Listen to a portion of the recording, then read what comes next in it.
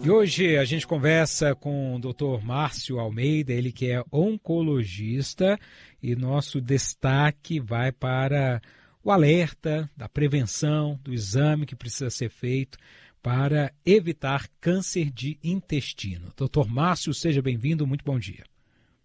Bom dia, Bruno, bom dia a todos os ouvintes. É um prazer estar aqui discutindo esse assunto com a população.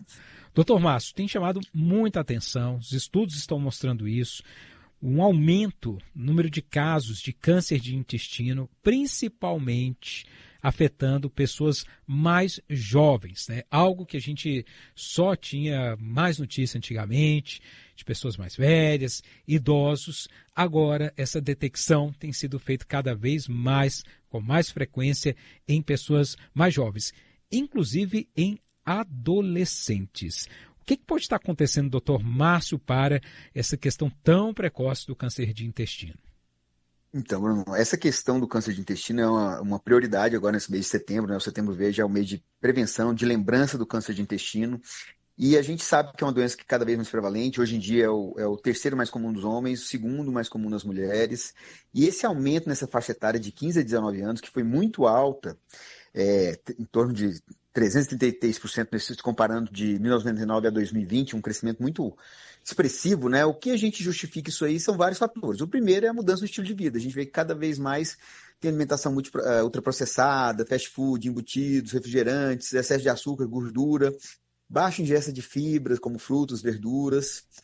Obesidade e sedentarismo, que é uma epidemia mundial, né? No Brasil não é diferente, a gente vê que a obesidade, a falta de atividade física é um fator muito grave, aumenta muito o risco de câncer. Então é uma campanha que todo oncologista sempre faz sobre a questão da importância da atividade física regular, evitar a obesidade, evitar o sedentarismo. Então é uma coisa muito importante, além de outros fatores.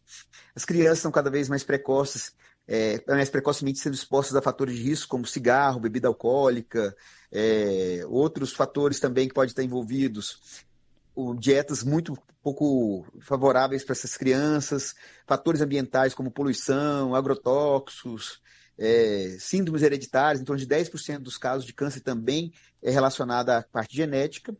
Então a gente tem muitas causas inespecíficas ainda, né? A gente tem uma melhora no diagnóstico, mas são multifatores que estão envolvidos que a gente ainda não chegou numa conclusão, mas é um sinal de preocupação e reforça a importância da prevenção, do diagnóstico precoce, porque o diagnóstico precoce é que faz toda a diferença na cura dessa doença. Então vamos lá, porque quando a gente fala dessa questão, é importante ressaltar a importância, a relevância do exame de colonoscopia. Doutor, a partir de qual idade a pessoa precisa fazer e com qual regularidade? Olha, a colonoscopia é um exame essencial tanto para o diagnóstico e até para o tratamento de lesões pequenas que seriam pré-cancerígenas ou até um câncer mais inicial que pode ser tratado pela própria colonoscopia. Então é um exame muito eficiente. Quando ele é recomendado? Então, pela Sociedade de Oncologia, de Proctologia, a recomendação é a partir dos 45 anos de idade fazer uma colonoscopia a cada 5 anos se tiver tudo normal. Naqueles pacientes que têm uma história familiar, de um câncer familiar mais jovem, então você tem que começar 10 anos antes desse sintoma primeiro. Então o familiar do paciente teve um câncer com 40 anos de idade, então os familiares têm que fazer o exame a partir dos 30 anos de idade, 10 anos antes do caso na família. Essa recomendação em relação à colonoscopia para a sociedade de forma geral. É lógico que aqueles têm algum sintoma precoce, um sangramento nas fezes, dor persistente para evacuar, alteração no aspecto das fezes, que fica em fita, que é uma alteração no formato, mudança de hábito, tá com o intestino preso, intestino solto, intestino preso, intestino solto, alternando muito irregularmente, são sinais de preocupação que deve ser buscado um proctologista, né, um especialista na parte de cólon, né, de intestino, para fazer esse exame, para avaliar a necessidade desse exame. Eu vou trazer aqui a participação do nosso ouvinte, o Carlos, porque pode ser a dúvida de outras pessoas. Ele fez o exame, né, e foi identificado no exame dele um adenoma tubular alto grau. E aí ele retirou, ficou de fazer um novo exame mais para frente. Ele tem 62 anos. E ele está preocupado, né? A gente não conhece essas nomenclaturas, não sabe exatamente do que se trata, e ele quer saber se ele precisa se preocupar, o quanto ele precisa se preocupar, quando ele for fazer o novo exame, o que pode acontecer, o que ele tem que ficar alerta. E aproveitando esse gancho, para perguntar também quando a pessoa faz a colonoscopia, que tem lá aparecimento de pólipos e que precisa fazer a retirada. Isso significa o que também, doutor?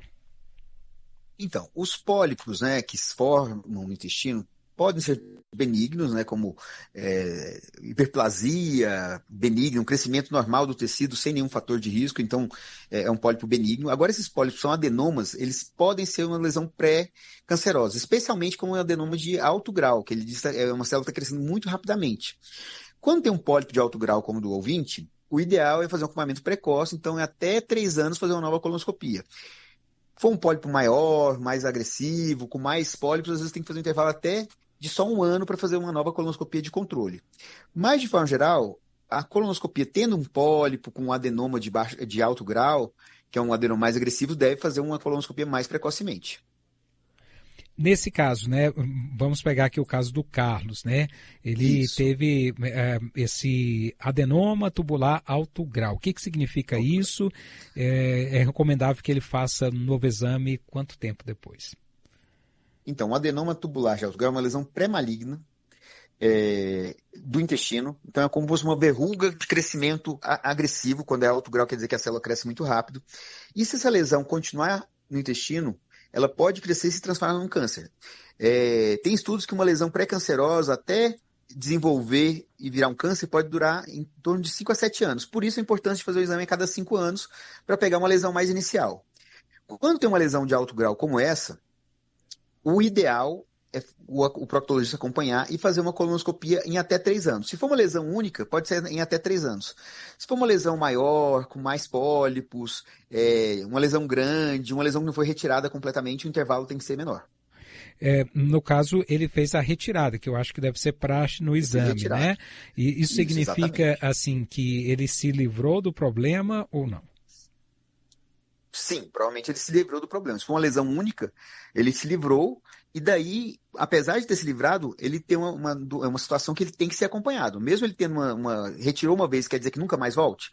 Não. Como é uma lesão de alto grau, provavelmente mais agressiva, tem que ter um acompanhamento regular com o proctologista. Então, quando tem uma lesão desse tipo, o acompanhamento tem que ser próximo de consultas com o médico, e o exame de colonoscopia de 1 a 3 anos tem que ser repetido, porque se tiver outro pólipo, ele pode ser diagnosticado precocemente, e dessa forma o paciente evita a evolução para o câncer. Então, isso é uma forma de prevenção eficiente contra o câncer. Não precisa deixar ele ser grande para ter que tirar um pedaço do intestino, ou que ele já tem espalhado a ponto de não ter mais como operar. Então, são situações que a gente coloca como importantíssima a importância da colonoscopia para isso, para tentar diagnosticar uma doença inicial, precoce, que ainda não é invasiva, e assim evitar o câncer no futuro.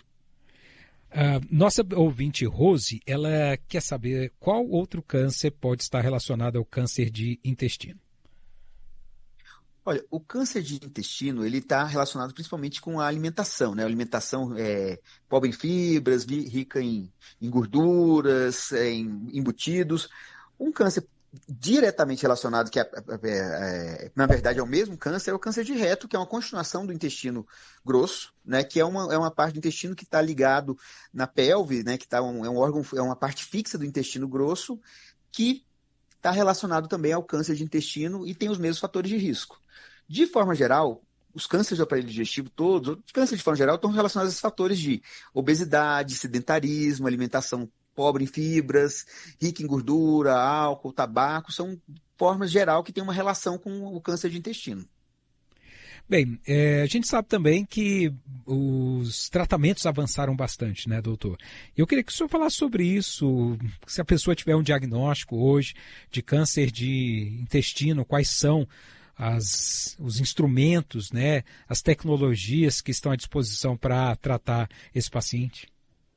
Exato. Não, em relação a isso, Bruno, a gente tem uma evolução muito grande nos tratamentos, né? A gente tem desde o tratamento de um câncer inicial que está ainda no intestino, que o próprio colonoscópio, o próprio exame de colonoscopia consegue fazer um tratamento eficiente, então você não precisa fazer uma cirurgia aberta, faz pelo colonoscópio mesmo, retira a lesão e você tem um controle da doença, né? Você retira essa doença com chances altíssimas de cura.